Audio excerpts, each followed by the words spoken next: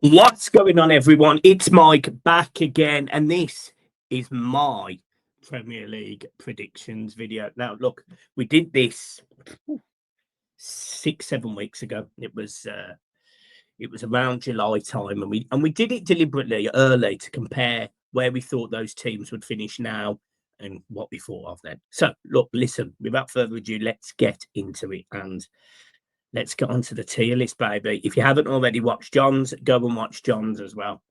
He's put some corkers in his. Let's just say that. So we're going to start top to bottom because I think for most fans now that's actually the most exciting bit.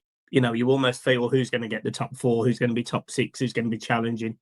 But sometimes the relegation battle is interesting, and this season for me, it is interesting. So let's get into it. First of all, let's start with the champions. I hate to say it, but the strengthening they've done is unbelievable. Two top strikers in Ekitike and Isak. It's Liverpool as champions. When you spend £450 million or whatever it works out to in a transfer window, you have to win the league. And for me, they've got no obvious weaknesses, which is frustrating. When you look at the transition from last season, they're arguably better. Now, do not get me wrong. If there was a better Arsenal last season, I think Liverpool would have been challenged better. But they ran away with it at the start and they just couldn't be caught. And they did falter a little bit. It's not like they finished with this, 100-point thing and finishing second. They didn't do that. They sort of staggered over the line a little bit, picking up draws away at Everton, for example, that they wouldn't have liked. But for me, yeah, I think Arsenal. I think Arsenal just don't have enough to catch Liverpool this season. However, giving it away, second spot does go to Arsenal. Runner-up FC, otherwise known. And my friends at DR Sport will probably be really frustrated with this, but in my opinion, whilst Arteta is the manager of that football team, they are not going to consistently win. Arteta as a player, he didn't win loads of things. So winning mentality isn't necessarily in him. Now, do not get me wrong, he worked at clubs like Manchester City, where he saw winning teams, he saw Pep Guardiola, or he learned all of those things. But to take that step from being runner-up to winner, I think is massive. The fact that Arne Slot did it pretty much straight away, come in and went from, took a Klopp team and made them win the league, phenomenal. So I don't think Arsenal win the league whilst they've got Arteta in charge. So there you go. In terms of third, I'll go Chelsea. I think Chelsea have got strength, depth, and could probably field about 87 different football teams. They obviously went and signed a lot of forwards. They've got plenty of talent. They've got midfielders, but they did move players on as well. Madueke ended up at Arsenal, and the various others have left.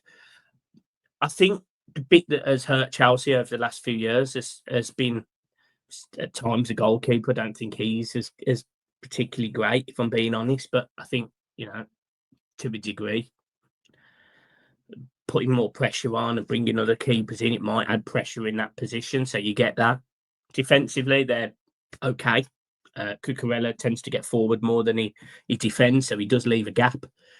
And they do obviously have injury issues with Reece James at the back. I can't remember the last time he played 40 games or 38 games or whatever. So, yeah, I think Chelsea, as much as they've spent and as, the amount of players that they've got, I do think they just don't have the same level of quality as Arsenal, as Liverpool. So, yeah, I do put them fourth. It's probably not going to be any surprise to you, but Manchester City go fourth, Liverpool, Chelsea go third, Man City go fourth. Like John, I think there's problems at that club. I don't know what it is. Whether there's a feel factor around the players, around the management, around the board, whatever it is, they did a lot of good business early, and I thought they would challenge, but they got absolutely blown out the water with the signings that Arsenal made, for example, in Eze and Networkerz, who I'm on the fence about, but I think there's more of a player there than there isn't, albeit it wouldn't surprise me if he ends up just being a championship version of a penalty taker. I don't know. I'm on the fence about him now, having seen him. And Liverpool, they just won't compete with. and nor unfortunately when anyone else. So for me, I do think Manchester City are gonna be up there, which yeah. Fifth, I'll go Tottenham Hotspur. Tottenham having Champions League football, I think, is a problem. Not because I don't think they've got a good team or anything like that, but I think the issue you have with Tottenham is they've got a new manager to that setting, and they've got a relatively inexperienced team, albeit it's a very good team. There's no digging out that Tottenham team. They've got some really good players. You know, Simmons coming in, for example, is a huge addition. They obviously lost Son, so yeah, I don't think Spurs are going to be a bad side this season. They're certainly not going to be as bad as last season. Thomas Frank is a manager that I rate highly, but I do think they've got the opportunity to not finish fifth. They've got the opportunity that they could genuinely challenge the top four, or equally they could finish about 10th. But for me, I just think they'll be more consistent this season, and I do think they'll finish about fifth. Six is a really difficult one for me because I actually think there's going to be about 4 or 5 teams that are capable of challenging for sixth and seventh.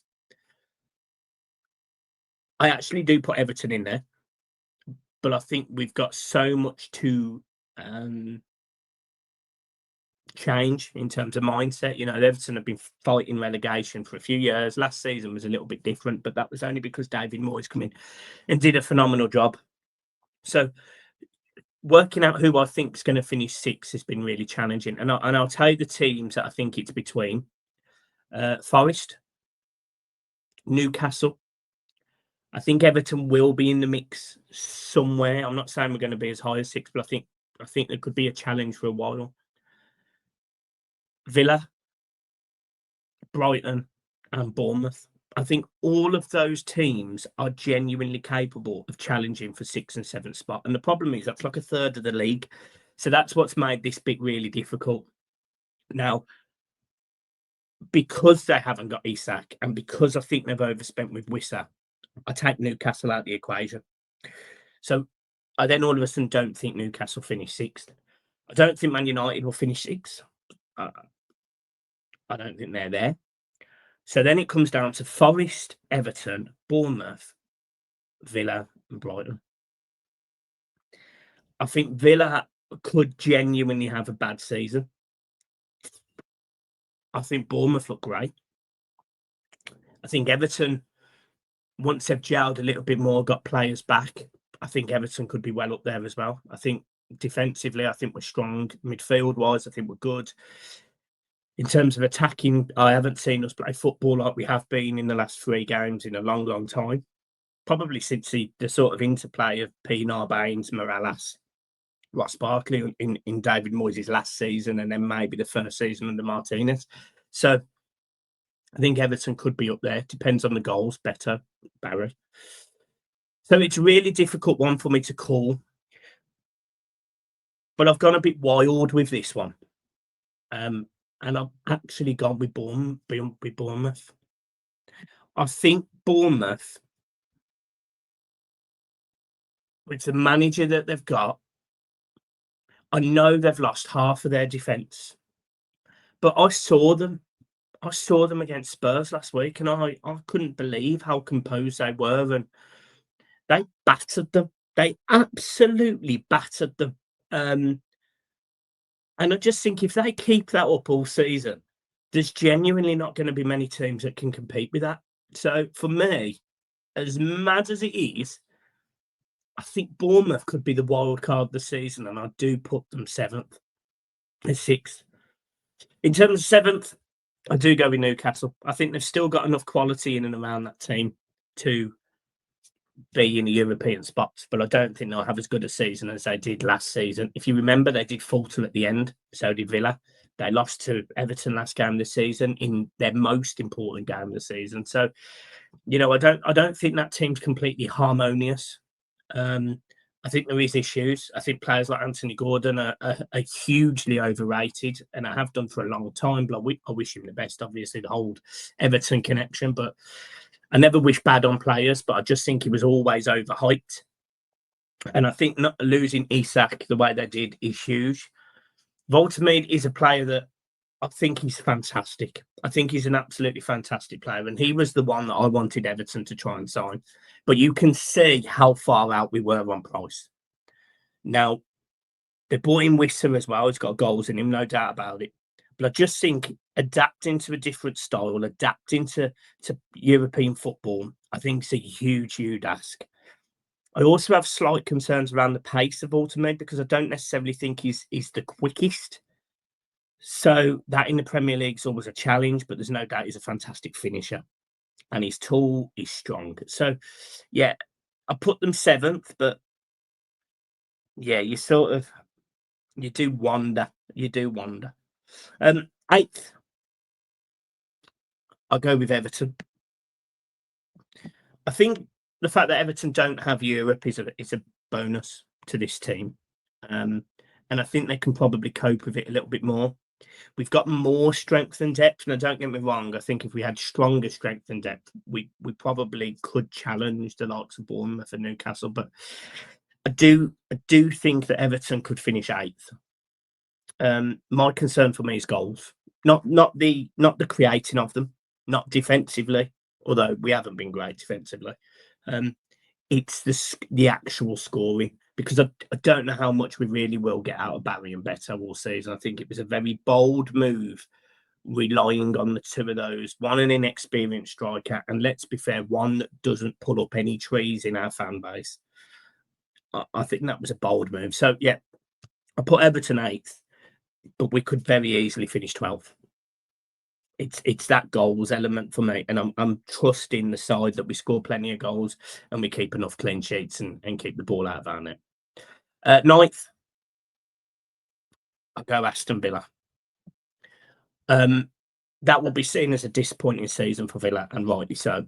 But they've been hamstrung by PSR this season, having to sell players like Jacob Ramsey, who can come in and do various different jobs. They've kept Watkins, which is great, but he hasn't exactly started the season fantastic either. I think the way that Emery managed Watkins last season was wrong. You know, Rashford come in and he sort of took over that element. I think that's really not helped. They didn't get Marco Asensio over the line, so I think Villa are not as strong as they were last season. They're also, not meaning to sound horrible, but they're also slightly aging. You know, the goalkeeper, the centre halves, they're all just getting that bit older, and that's not a dig at them, by the way. That's not. I think they could have done with freshening up a little bit this season. They haven't been able to. So for me, I put Aston Villa ninth. Forest going 10th. Very solid season for Forest. But the expectations is going to be through the roof. Marinakis has spent a lot of money. He's backed the team, as he always does. As an owner, you look at that and you must be really happy with the job that you've done. It's clearly not harmonious with what happened with Nuno, the manager, the comments he's made, the situation that he's created at Forest between him and him regarding player transfers and what was going on and the squad depth and etc. etc. etc. I can't see Nuno and Marinakis lasting, if they still are lasting by the time this video is done. So yeah, for me, I think they're going to have serious problems. I just with Europe as well. I just don't think they're going to have quite as good a season as they have done. Chris Wood is still there, and he's scored already. Morgan Gibbs-White is still there. It's not a bad team. It's just I think there's a lot to gel, a lot to improve, and it'll be really interesting to see what happens if Nuno goes, especially now that the certain managers like Jose Mourinho are available, and the expectations of the owner. So interesting there, but I think Forest finished 10th personally. 11th, I'll go Brighton. I think Brighton. It's really weird with Brighton because a lot of people go on about the manager. John goes on about Hertzler. I actually don't think he's as good as the managers have had. I don't think he's as good as De Zerbi. And I think Potter, you could argue, did as good a job. So for me, I'm not sold on this Brighton rhetoric that they're fantastic. Now, do not get me wrong. They could have got a result at the Hill Dickinson Stadium against Everton. They could have, and they've clearly got some very good players. But it's almost like a ceiling. I just think they might have got to their ceiling, and I don't know. I'm not sold on how good they actually are. Danny Welbeck is aging. The players that they brought in, albeit are okay.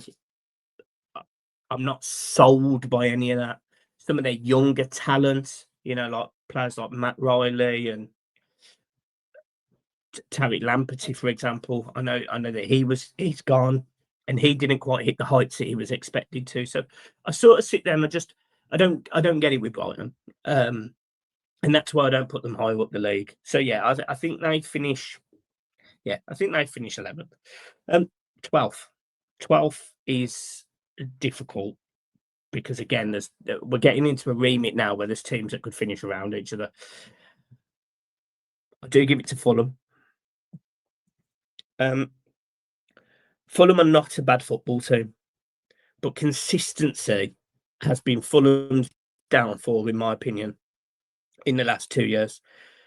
Because at one point, I really thought Fulham were going to kick on. I thought Marco Silva had done a phenomenal job. I still think he's done a phenomenal job. I just think there's so much quality in the league now. This is one of the hardest league tables to predict, apart from that top four, ever. Because I think genuinely Tottenham and all the way down to the team that finished bottom, although there might be such a price gap and squad size gap and all of that, I think there's so many teams that are just better now. And they all have their own styles, and different teams have different weak points. And the game's gone from being about 11 men beating 11 men, but almost like the tactical astuteness of the managers in each game. There's new points. There was a video I was watching, and it was about TalkSport. I'm sure it was Dean Saunders, and he was using phrases like double pivot, push from the back, pressure, and he basically used all the older terminology to say the same things as the new things. But it's almost like there's different points to that. And you do see that teams are more tactical. It's almost like American football now, where they have a playbook. It's almost scripted, and you see it in football. You see Man City, for example, killing players like Jeremy Doku and Jack Grealish, and they're killing them because they're trying to get them to play in the style of football that fits a system rather than them as individuals. And I think that's the problem with common football these days. And I think that's an issue why you really do struggle to predict the league tables, because you just don't know. So anyway, look, I put Fulham in 12th. 13th, I'll go Crystal Palace. I think Crystal Palace are a very, very good side, but I think they're going to have a big rebound from losing Eze. And I know they've brought in players. They've kept Mark Gay, but he will probably go in January, and he's going to go for a lower fee, which means they're going to not necessarily get this higher level replacement. They've got issues in terms of the players that they've brought in. They've got players. Ismail Sarr is a very good player, and he started the season really well. Mateta up front. He's gone from being a player that people were laughing about 3 years ago to being a player that could probably play for most teams in the Premier League. He's a very good striker. Certainly a striker that I'd love at Everton. So when you look at that situation, you kind of think, well, that says one thing that they're going to be all right, and that says another that they're going to be poor. They've already won the Community Shield this season. I just can see it starting to unravel a little bit, and I think Oliver Glasner with Europe as well. I just think they could struggle. It's not like they're doing the little trips. Europa League. They're doing the conference stuff. They're doing the stuff that they're expected to win every week, every game. Expect to get a semi-final, final, even win it. But they're going to be doing thousands of miles to different places all over the world, all over Europe. So, yeah, I just think they'll struggle with going from a side that has to go and beat teams like, I don't know, Astara or whoever else is in the Conference League, to then coming back and playing, I don't know, a Villa or a Brighton or an Everton or a Chelsea on the weekend. I just think it's going to be a challenge for them, and that's why I put them 13th. 14th, I'll go with Man United. The longer they keep hammering, the closer they're going to get to relegation. And I mean that. They are awful. They are awful. And they've been knocked out of the League Cup by Grimsby. They haven't particularly started the season well. They've got away with it in some aspects in most teams. But that's only because they've got certain players that will pull their socks up in certain situations. That team is poor. It is a poor team that spend millions of pounds on average talent. People will say Cunha and Bruno is not average. They're not average. They're very, very good players. But think about where Man United was signing players from 15 years ago, 10 years ago.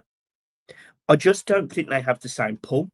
I think if Cunha was offered to Liverpool, I think he would go there. I think if Bruno, if he was offered to a top 6 club, he'd go there. I think there's probably more pull to go towards a Tottenham than there is a Man United. I think Man United are in a mess, are in a real mess, and I don't think they've got a manager, because this is what I think is key. They haven't got a manager that can fix it. What they needed was a manager who was authoritarian, who would come in, tell the players as it was, and it's proven successful. They needed a Carlo Ancelotti, but what they went and did is go and get an inexperienced manager that only knew one way of playing in Portugal, did it very, very well, but it was never going to fit the Manchester United system. The confidence has completely crashed.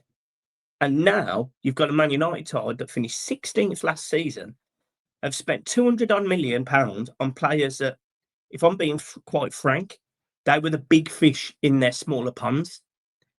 They're going to have more eyes on them now.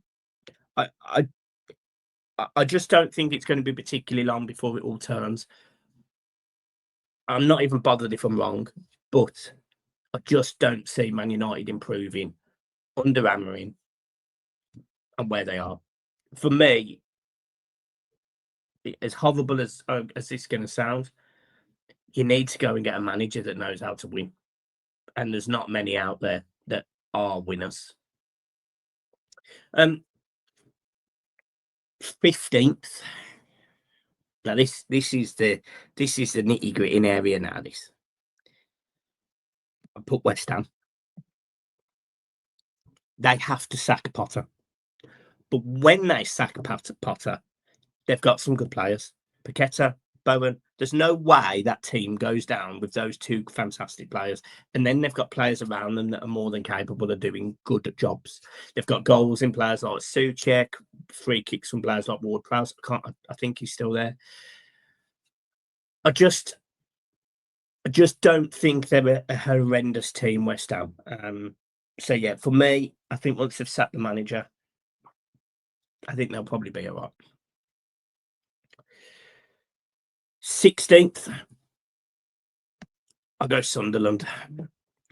Sunderland, for me, absolutely embraced what it was to be a Premier League team. They were sensible in their recruitment. They've been managed really well over the last 3 years from a PSR perspective. In the Championship, they've done an unbelievable job finding some fantastic signings at nominal prices. You know, they were strong when they signed Joe Bellingham. They got a big return for him this year. They've been clever when they've signed like Isidore and players like that. So Sunderland have done a fantastic job, which has enabled them to go big. They've spent 180 odd million pound, if I'm not mistaken. And I just think they've started this season really well. They've got 6 points in their first 2 games. I think they look like a decent outfit. And this is the first season in a long time that I think the bottom 3 teams that have come up are probably as good as 2 or 3 of the teams at the bottom of the league. I just then think it could be a mentality thing. But for me, Sunderland, they're so well run. They've been so organised in this transfer window. They've been so aggressive. Players like, Habib Diarra coming in, a masterstroke. So, yeah, for me, Sunderland stay up. Not relatively comfortable, but 6 points sort of thing. They stay up 16th. 17th. Now this is really difficult because the 4 teams there, I think, could all go down quite comfortably. But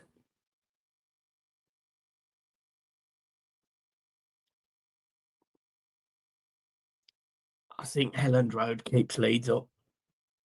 I think Helland Road keeps Leeds up. We all know that I'm fans with Connor from One Leeds, so this is deliberately not trying to be biased. I think they've got a problem. I don't think they're going to score enough goals, but I also don't think they're not capable of causing more problems. They've got real pace. They've got some height, and they've bought youth. These are all relatively quality players, tall players, physical players.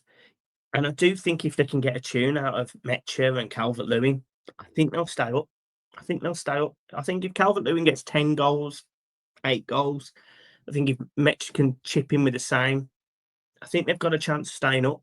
So I do give them the benefit of the doubt, and I do think they stay up. So for me, Leeds finish 17th. Wolves, 18th. Wolves have got problems because Vitor Pereira, whether Wolves fans want to accept this or not, is fine. But he is a ticking time bomb of when he self implodes. And we've seen it at times. We've seen outbursts. We've seen crazy moments. For example, before he was heavily linked with Everton, it was going to happen. He did a press conference for Sky, basically saying that he was looking forward to the job and all sorts. Crazy. When he was in, it might have been Portugal or somewhere else, or Turkey, he absolutely flew at a reporter. I just think that team has lost Out Nori. They've lost good players. I just don't. Their recruitment, I don't think is great. I just don't think they're good enough. I think they've started the season relatively poorly. I think they're going to go down. It's as simple as that. And, I've got Wolves friends. I play football with Scott from South Football as it was, and I just don't think they're good enough. And it's not a dig. I feel like they've got this transfer window wrong, and I feel like Vitor Pereira is a ticking time bomb. So there you go. Brentford, Wissa and Brumo was about 40 of their goals last season. Might even have been more. I don't see how they've replaced that. And I think as a result of that, they go down. I mean, it's literally as simple as that with Brentford. Like, take the manager situation out of it. It doesn't matter, right? If Keith Andrews does a good job, but he's doing a good job with worse players in those positions. For me, I just don't think they've got a cat in hell's chance of staying up. Um, Yeah, I think they're down, and I think the fact that you've seen Sunderland and Brentford and Leeds and Burnley and all that taking points off each other so far, I think that speaks volumes about where they all are. So yeah, for me, yeah, I think they go down. And last, but of course not least, is Burnley. Um, Burnley have spent a lot of money as well. People forget this, but a fair amount of those players were already there. Now, they had a fantastic defensive record, and I don't think defence is going to be an issue for them. But I think over a 38-game season, they're not going to score enough goals, and I haven't seen enough to change that. I also think, as mad as this is, Josh Brownhill leaving. What was he involved in? 18 goals last season at championship level. Say that converts to 10 in the Premier League. I don't see how they've replaced that. So, yeah, look, for me, Burnley are down. And that is my predictions. Some of them are wild. I get it. Um, the one that you want to look up for, the 3 teams that I think you should look out for this season is Bournemouth, Everton, and Sunderland.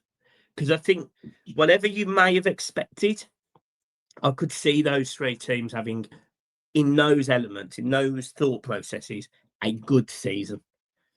So yeah, look, that's my predictions video. 30 minutes of predictions.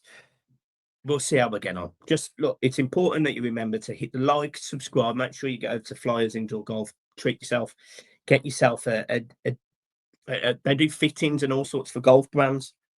So go and treat yourself. There will be some merch there at the next game. So again, go and treat yourself to some of that. But look, apart from that, guys, we will leave you there. Videos will be back this week with John. And then next week he is out of the country. He's going on a lovely little cruise around the Canaries. So if you do happen to be on an MSC ship cruising around the Canaries, say hello to John. Anyway, until then, up the toughies. See you soon. Peace.